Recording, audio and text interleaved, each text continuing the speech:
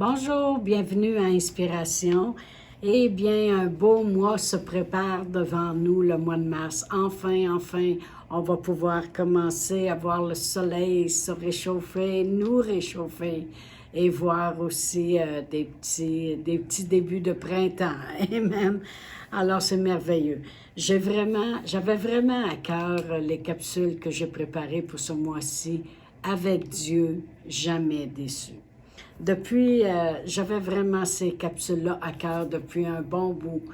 Et vraiment avec ma marche dans le Seigneur, puis avec aussi dans le ministère, comme pasteur, comme enseignante, j'ai toujours vu que en m'appuyant sur Dieu, en m'appuyant sur sa parole, en m'appuyant sur ses promesses, je n'ai jamais été déçue. Ça ne veut pas dire qu'il ne s'est pas élevé des déceptions ou des moments difficiles et ces choses-là, mais j'ai toujours vu la main de Dieu et je n'ai jamais été déçue. Alors, je voulais vraiment partager, qu'on regarde au travers la parole, qu'on regarde au travers des exemples de gens dans la parole, d'exemples dans ma vie, combien Dieu est fidèle. Et avec Dieu, on n'est jamais déçu. Amen. Alors, pour commencer ces enseignements, je voulais qu'on aille dans Genèse, parce qu'on va aller voir Adam et Ève. On va aller voir comment c'était avec la création et comment Dieu était avec eux, leur relation avec Dieu. Et je vais lire dans Genèse 2, le verset 19 et 20. Alors, dans Genèse 2, la parole de Dieu dit: « L'Éternel Dieu forma de la terre tous les animaux des champs et tous les oiseaux du ciel, et il fit venir vers l'homme pour voir comment il les appellerait. » Alors, Dieu, autrement dit, c'est un peu comme nous autres, on donne un petit toutou à un enfant, et puis là, on attend, puis l'enfant, il dit, « Moi, je vais l'appeler Teddy. Moi, je vais l'appeler Ourson. » Et puis les parents ils trouvent ça le fun de voir ça. Mais Dieu, c'est la même chose. Il faut qu'on réalise qu'il veut une relation avec nous. Et il faisait venir vers l'homme les animaux pour voir comment il les appellerait, et afin que tout être vivant porte le nom que lui donnerait l'homme. Et l'homme donna des noms à tout le bétail, aux oiseaux du ciel et à tous les animaux des champs. Vous pouvez voir que ça ne s'est pas fait en une journée, hein? Alors, il y avait beaucoup de moments qui passaient avec Dieu. Mais pour l'homme, il ne trouva point d'aide semblable à lui. Et on sait que Dieu lui formait de sa côte une femme et tout ça. Mais je veux qu'on voit juste comment Dieu était avec eux, comment Dieu voulait voir ce qu'il ferait, comment Dieu lui montrait, regarde cet oiseau-là. Oh, lui, je vais l'appeler un cygne. Wow, ça c'est super. Un aigle, wow, comment il vole haut. Et puis Dieu avait cette relation. Mais je vais lire aussi dans le même chapitre, le verset 9 et 11. Ça dit, au verset 11, le nom, il lui montrait les fleuves. Et il dit, le nom du premier est Pichon. Et c'est celui qui entoure tout le pays de Havila, où se trouve l'or. L'or de ce pays est pur. On y trouve aussi du bdellium, de la pierre d'onyx. Le nom du second fleuve est Gihon. C'est celui qui entoure le pays de Coche. Et puis le troisième, et puis il lui montrait les choses. Mais je veux que vous voyez que la relation que Dieu avait avec eux et comment Dieu lui montrait les choses, comment Dieu disait ici c'est l'or, voici les animaux, comment tu les appellerais. Et il y avait vraiment, toute chose était belle. Amen. Mais Dieu les a montré aussi quelque chose. Au verset 17, ça dit, mais je vais commencer à lire vraiment au verset 16. L'Éternel Dieu donna cet ordre à l'homme: tu ne pourras manger de tous les arbres du jardin, mais tu pourras manger de tous les arbres du jardin, mais tu ne mangeras pas de l'arbre de la connaissance du bien et du mal, car le jour où tu en mangeras, tu mourras certainement. Qu'est-ce que je veux démontrer avec ça? C'est tant qu'il restait dans la connaissance de Dieu, dans la présence de Dieu, que Dieu lui faisait connaître les choses. Il était béni, tout allait bien, il n'était pas déçu. Mais la journée qu'il est allé vers une autre connaissance. La connaissance de cet arbre-là, c'est là que la déception est arrivée. Et je vais lire maintenant au chapitre 3, versets 1 à 12, tout ce qui s'est passé.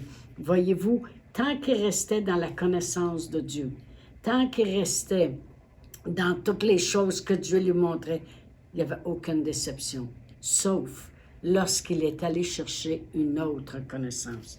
Alors le chapitre 3. Le serpent était le plus rusé de tous les animaux des champs que l'Éternel Dieu avait fait.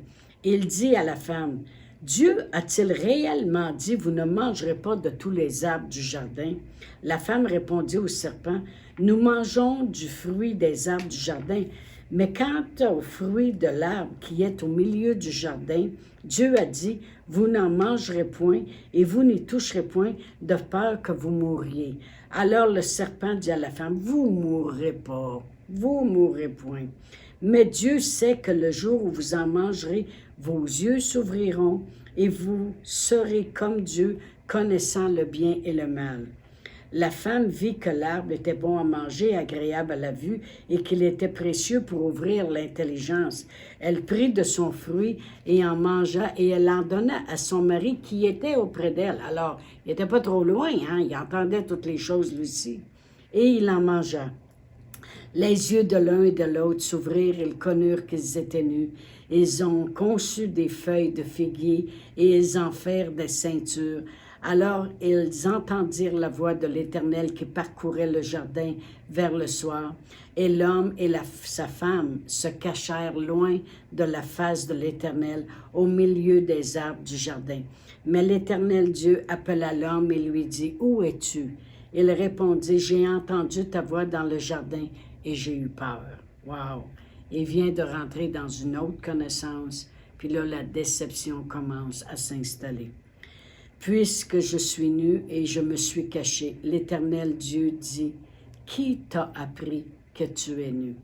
Est-ce que tu as mangé de l'arbre dont je t'avais défendu de manger? » L'homme répondit, « La femme que tu as mise à côté de moi m'a donné de l'arbre et j'en ai mangé. » Et l'Éternel Dieu dit à la femme, « Pourquoi tu fais cela? » La femme répondit, « Le serpent m'a séduite et j'en ai mangé. » Alors, on sait très bien que c'est la déception qui a commencé. Mais quand est-ce que la déception a commencé? Quand ils sont allés vers une autre connaissance que de rester dans la connaissance de Dieu. Et pourquoi j'ai dit cela? Parce que quand je dis « avec Dieu, jamais déçu », c'est que tant qu'on reste avec la parole de Dieu qui nous montre les bénédictions de Dieu, les promesses de Dieu, comment Dieu est bon, comment Dieu prend soin, la protection qu'on a avec lui, quand il nous montre comment il est un bon Père. Tant qu'on reste avec cette connaissance-là, on ne sera jamais déçu. Mais lorsqu'on commence à aller vers une autre connaissance, moi je sais des fois que les gens vont dire, en tout cas, moi, j'écoute cette émission de télévision, puis moi, je les trouve bons. C'est peut-être pas la parole de Dieu, mais j'aime comment ils parlent. Savez-vous ce qu'ils font? Ils commencent à rentrer dans une autre connaissance. Voyez-vous, la femme avait vu que cet arbre-là, il était bon à manger. Lui aussi, c'était comme, ben, pourquoi Dieu nous défend d'en manger? Il voulait juste qu'elle ne rentre pas dans la connaissance du mal qu'il y avait dans cet arbre-là. Mais voyez-vous, il y a des gens qui vont dire « Hey, lis ce livre-là, tu vois, il est bon, il est bon. » En tout cas, moi, je l'ai lu, puis je te dis que ça m'a fait du bien. Peut-être, même des fois, c'est des livres chrétiens, là. C'est des livres qui ont aidé la personne. Mais la personne, elle a été aidée selon le cheminement, puis selon le vécu qu'elle a eu. Mais ça ne veut pas dire que nécessairement, toi, il faut que tu rentres dans cette connaissance-là. Il faut toujours demeurer avec le témoignage qu'on a à l'intérieur de nous avant de se jeter dans une connaissance qui est autre que la parole de Dieu ou qui n'est pas nécessairement celle que Dieu veut que tu entendes à ce moment-là.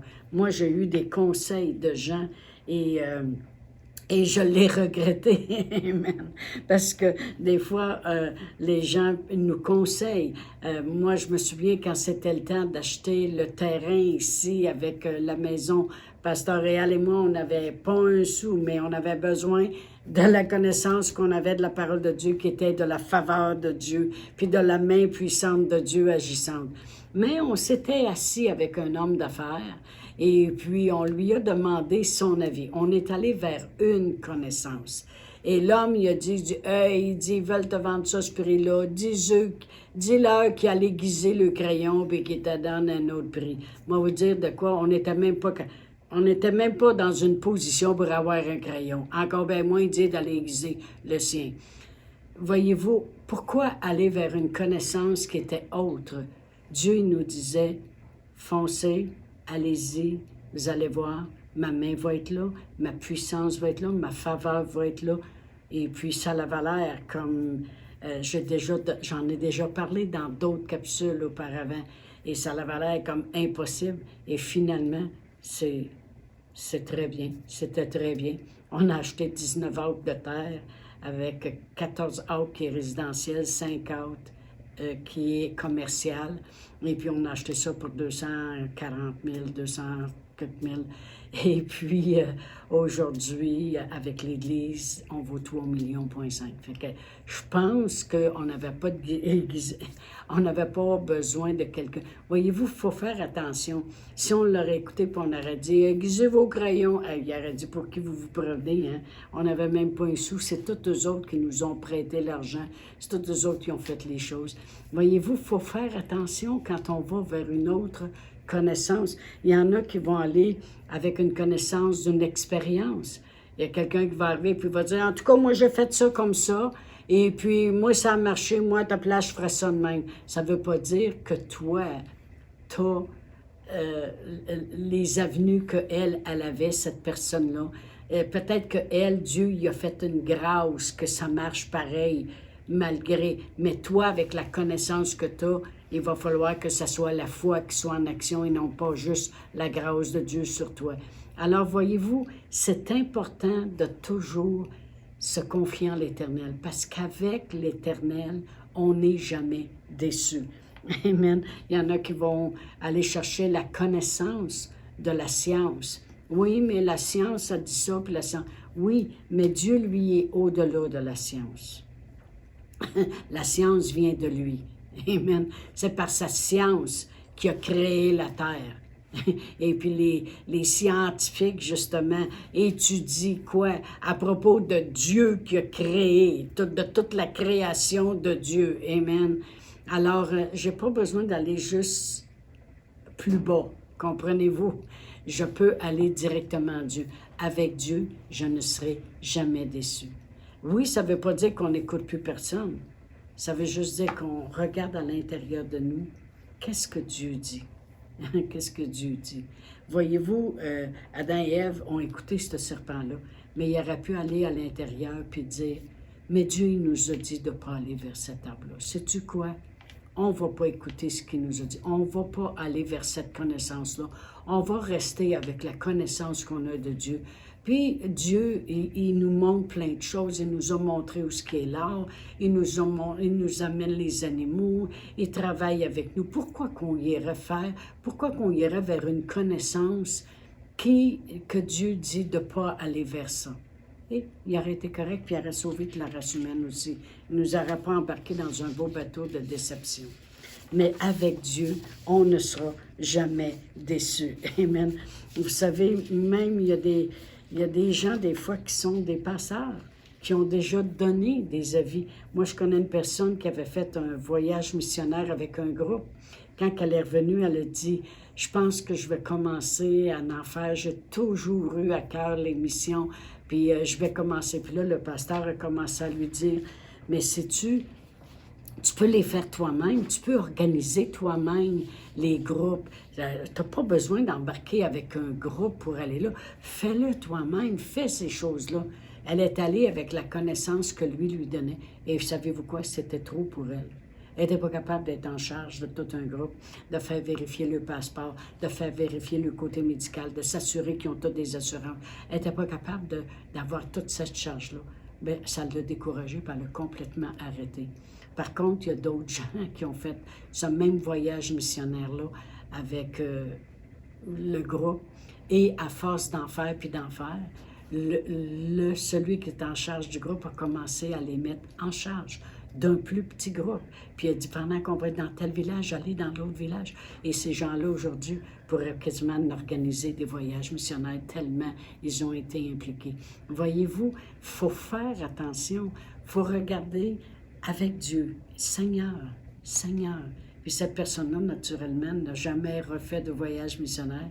Puis elle a toujours marché dans la déception après ça parce qu'elle a écouté une autre connaissance que la connaissance dans laquelle Dieu l'avait placée et qu'elle aurait pu fructifier à force de faire des voyages. Elle serait devenue sécure, elle serait devenue en charge de plus petits groupes, elle aurait monté tranquillement. Mais voyez-vous, il faut faire attention. Quand je dis avec Dieu, jamais déçu, c'est avec la connaissance de Dieu, avec la relation qu'on bâtit, avec ce qu'il nous dit dans notre cœur. Voyez-vous, dans Romains 14, 1, ça dit « Accueillez celui qui est faible dans la foi et ne discutez pas sur les opinions. » Voyez-vous, moi, je ne veux pas l'opinion d'une personne. Je veux la parole révélatrice de Dieu dans mon cœur, celle qui m'aide devant toute circonstance, devant toute situation, devant tout problème. Je veux pas une opinion d'une personne. Pourquoi j'irai avec moindre quand je peux aller avec Dieu qui va me montrer où ce qui est l'or? Il va me montrer comment prendre soin d'une situation. Il va me montrer les choses. Amen. Dans le psaume 146, je vais le lire rapidement. Alléluia.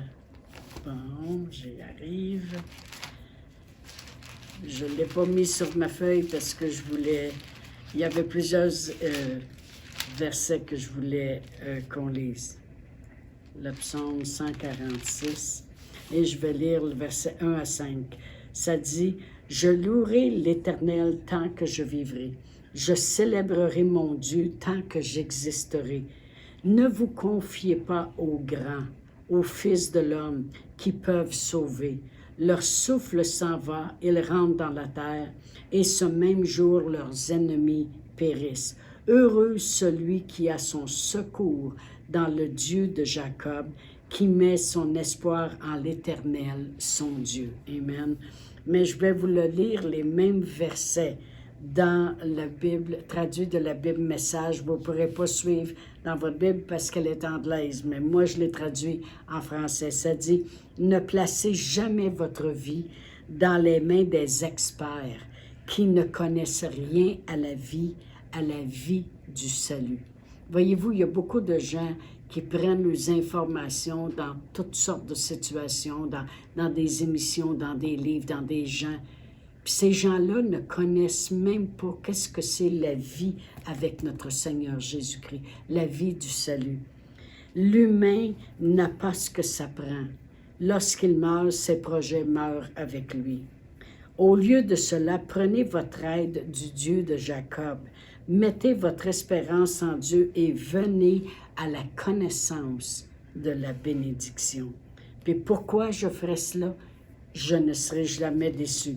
Parce que si je continue à lire le verset, le psaume 146, ça dit, pourquoi qu'on dit que mettre notre connaissance en Dieu? Parce que c'est lui qui a fait les cieux et la terre, la mer et tout ce qui s'y trouve. Il garde la fidélité à toujours. Il fait droit aux opprimés. Il donne du pain aux affamés. L'Éternel délivre les captifs. L'Éternel ouvre les yeux des aveugles. L'Éternel redresse ceux qui sont courbés. L'Éternel aime les justes. L'Éternel protège les étrangers. Il soutient l'orphelin et la veuve. Mais il renverse la voie des méchants. L'Éternel règne éternellement. Ton Dieu, ô Sion, subsiste d'âge en âge. Louez l'Éternel. Alors au début, il dit, mettez pas votre espérance dans les grands, dans les experts. Pourquoi? Parce que c'est l'Éternel qui a tout fait. C'est l'Éternel qui prend soin. C'est Dieu qui prend soin. Amen. Et dans 1 Timothée 2,4, ça dit, « Dieu veut que tous les hommes soient sauvés et parviennent à la connaissance de la vérité. » Pourquoi? Parce que quand on connaît la vérité nous rend libres. Amen. Avec Dieu, on ne sera jamais déçu. Alors, on va continuer sur ces enseignements-là. Dans les prochains enseignements, on va rentrer dans beaucoup de versets qui nous démontrent que ça vaut la peine de vivre sans déception avec Dieu. Alors, à la prochaine. Chantal Paulus est avec vous tous les jours du lundi au vendredi sur Facebook et YouTube. Vous pouvez écrire à Chantal en privé sur Messenger. Si vous avez manqué une capsule, retrouvez-la sur la section vidéo de Facebook ou sur YouTube si vous désirez faire un don par Interact. Voici l'adresse courriel capsule.inspiration au pluriel @gmail.com. Le mot de passe est inspiration au pluriel. Vous pouvez aussi faire un don par www.eslr.org/dons.